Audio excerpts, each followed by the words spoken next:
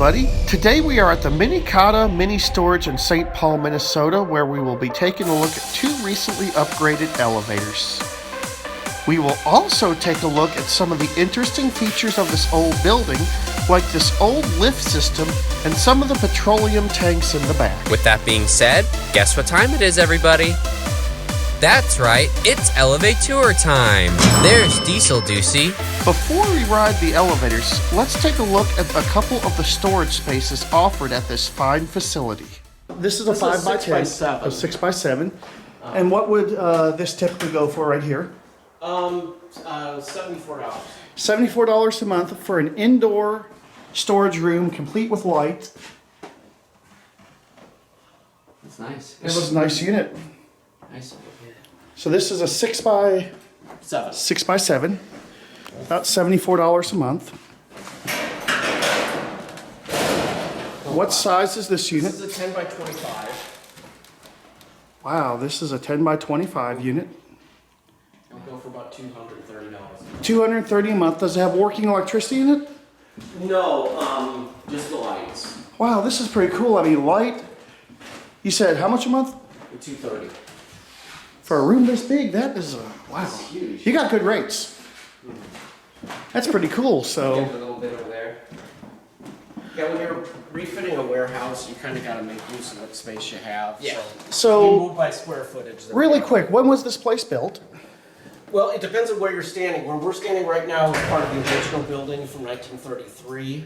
The tanks area you saw was from 1936, and the freight elevator was from 1947. And there were 3 more expansions after that. So basically from the 30s, probably all the way up to the about 50s. 61. 61. So with that being said, we've seen some pretty cool stuff. So now we're going to go ride the elevators. Are y'all ready? Oh, here we go. We are going to take a ride on the ThyssenKrupp. All right, send it down to the bottom and then up to the top. Yes, I'll Yep, go down there. Press both buttons. It'll open up on both sides. This is cool. So this is a ThyssenKrupp.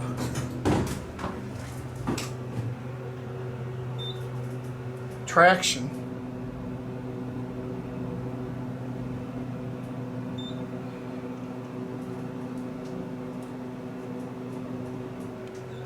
It's very smooth. Levels very quickly. This is the bottom floor. Now send it up to the 2 and 2R, and then we'll go back down to the main level. I like the way it has 2 panels. So have y'all been happy with the elevator? Yeah, other than the fact that, like I said, the old one was bigger and less could go wrong with it, but it's... So this one's been really reliable, right? Yeah. There were a few, after the modernization, there were a few problems with the doors. Keeping people from banging into them with the carts and stuff. But That's a good thing about a freight style elevator. You don't have to worry about the doors because they open vertically. All right, here we are at 2. Now send it back down to the main level. is 1? Yeah. And then he says he has another elevator here. So we're going to check that out here in a second. Again, a huge thanks to this facility for bringing us in to look at Charles' elevators. We were disappointed because the place across the street had some antique Westinghouses and they just shut them off. They just decommissioned them. Let's go this way.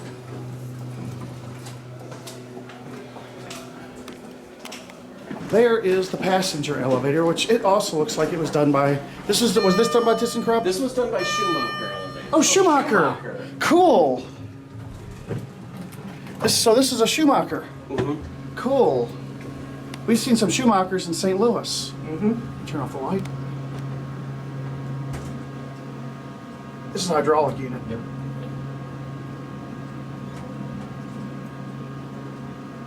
What was this originally? Or was this? Well, this one's gone through 2 modernizations. So the original one I don't know anything about. And then in 1971, the original owners went to, I believe it was a Westinghouse hydro. When the door close button works. Well, that was almost something you guys might be interested in. That piece of equipment in front of you. I saw that. This place was built by Cenex Corp as a petroleum distribution point. That's a barrel hoist. Let's go down there and check it out when we... Really to stop on one here. Yeah, we'll take them up if they need to go up. It's going up? Yep, I'll wait. All right. We'll go down and we'll get off down there so he can have the elevator. And I want to see that thing he's talking about. Schumacher made good elevators. Yeah, they did. They're our regular service now. Is that the LL? Is where Yeah. that hoist thing is? All right. This is a very clean facility. Is this place climate controlled? Only certain sections. The entire building's heated. And then we have 2 rooms where we also air condition the mini storage. Yeah, Heating here is more important than cooling. mine is not climate controlled at all. I'm in an old factory. Well, this building you couldn't build this building today. It's so multi-purpose, you'd never be zoned to do it. Yeah. Now, is he up on one? I'll send the elevator up to him. All right, let's get off here and take a look at this item he wants to show us. This is turning into a little, oh wow, look at this. Oh, cool. Cool. Explain this. Well, this was there's another floor with loading docks right above here. And so back in the day when this was a petroleum distribution point for Cenex, they would actually use this to convey, I don't know if you can get a shot of this, but it's a conveyor to get barrels up and down from the floor above down to here or back up. There's the motor. I'm assuming it doesn't work. To the best of my knowledge, it doesn't. We haven't had Oh, a look need at for it. this. This old belt drive. Yeah. This is wooden. Look at this. Is that made of wood? Yes, that's wooden. A wooden wheel. Wow. This is pretty cool. This probably would have been installed in 1936. Wow. Right now, what are we looking at in this part of the building? These are petroleum storage tanks from the days when Cenex built the building. The building still carries a capacity of about 400,000 gallons of petroleum products. So this is still actively used for petroleum? The kettles aren't, only for storage when the oil company has too much product. But these, believe it or not, these are the little tanks. Oh, you can see down into the tank. That is cool. There's actually, is that petroleum in there? It might be Yeah, there's a oil in there. Yep, there's.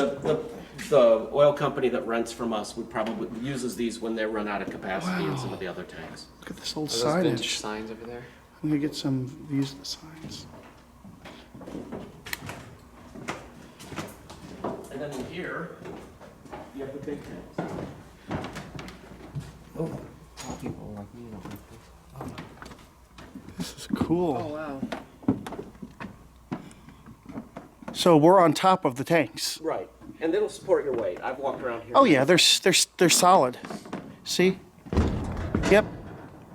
Wow. Look at Go this. to the edge and go look down. You'll see these tanks are about 2.5 stories tall. So these tanks they probably hold thousands and thousands of Oh, gallons. hundreds of thousands. I think I saw something about 440,000 gallons. Yeah, if you kind of point down, you'll get a bit of a view as to how far down this goes. That's how high up the tank is. Oh wow, that's about 2.5 floors. Oh, wow, yeah. Careful. Careful, Jason. Oh, wow. Oh, we're making some noise in here. Oh, cool. They got, look at this, vintage spot fire sprinklers. Look at that. Old fire sprinkler. Let's see here. It is been fun. Wow. There's a lot of history in places like this. Yeah.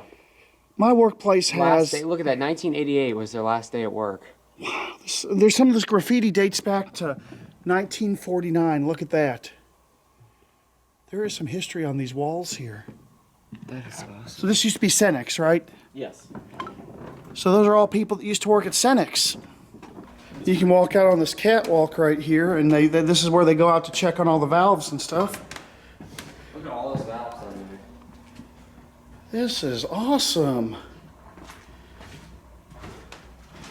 Yep, and this tank right here, this one's almost empty. You can see down in it.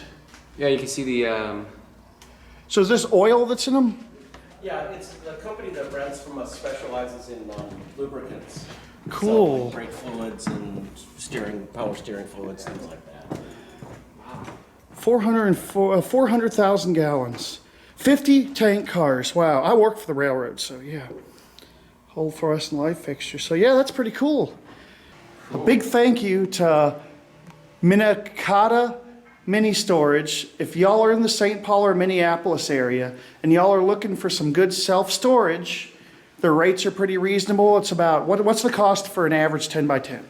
Between 131 and 150, depending on the features. And it's indoors, so you don't have to worry about, like, you know, mud and stuff getting in your unit like I had happen a long time ago in one. So if y'all are looking for some mini storage, check them out. Very friendly people, and thanks for the tour, and that'll be it.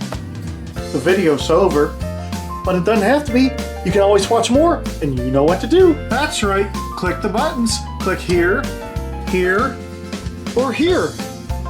And don't forget to subscribe and light up that bell. Until next time, bye y'all.